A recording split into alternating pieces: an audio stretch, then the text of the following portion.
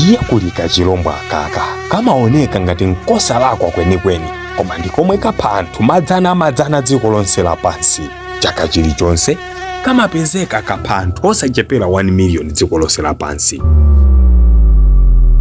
Kachilombo kamene katu ndi udzudzu. Udzudzu umapereka matenda osiyanasiyana kwa anthu, koma kwambiri kumalawi kuno amatchulidwa kwambiri ndi matenda amalungo okha. Pano ndikufuna ndikuwuzeni ena mwa matenda omwe tizilombo tooneka ta innocent chonchi timayambisa.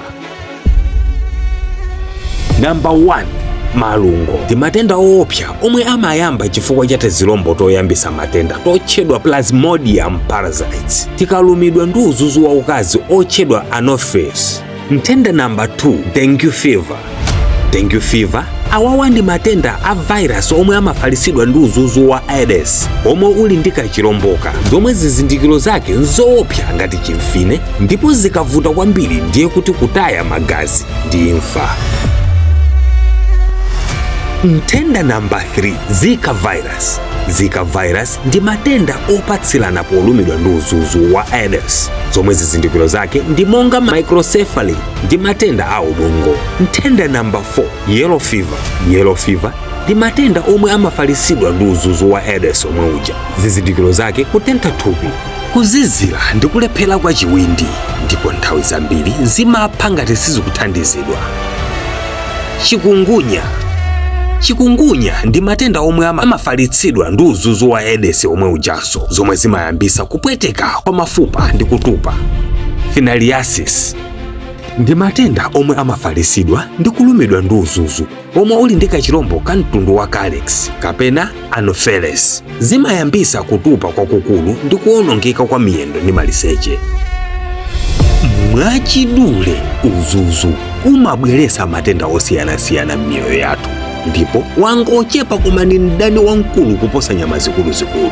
Izi ndimangokudziwitsani chabe kuyipa kwa kanyama kameneka, koma chenicheni ndapangira video iyi ndi nthawi yoti tipangeno mademo. Awa ndi mademo opindulira miyoyo yathu osati azandale iyayi. Aliyense payekapayeka aziwe ali pa nkhondo yothana ndi kachilombo kameneka pokapha m'malo monse momwe kamasonkhana. Scientist wina anayerekezapo kuti udzudzu uli responsible ku imfa za anthu pafupifupi hafu ya dziko lonse lapansi. Udzudzu umasakasaka malo omwe ali ndi madzi ngati zithaphwi kuti uyikire mazira, ndipo kaya ndi beseni yoti mwangosiya zimadzi kwa nthawi ndiye kuti imeneyi imakhala labor house yawo. Tiyeni tipange clear m'malo monse mumasunga madzi around m'manyumba mwathu. Chechelani mitengo yomwe ili around m'manyumba mwanu. Kondani kuyatsa makendulo m'manyumba ndipo udzudzu umabalalika. Gonani muneti osanyalanyaza kamba kuti ndi boma likukuwuzani. Poperani mankhwala oyenerera kupopera m'manyumba mwanu. Aloleni aja amatumidwa ndi boma aja kudzapopera ngati mulibe kuthekera panokha. Phwekesani zina, koma udzudzu musadzauphwekese chifukwa umapha ndithu musakudziwa. Onera mzanga, musayiwale ndi nthawi ya mademo kwa kachilombo kameneka komwe kakuononga mwa innocent, koma katiphera abale ochuluka zedi.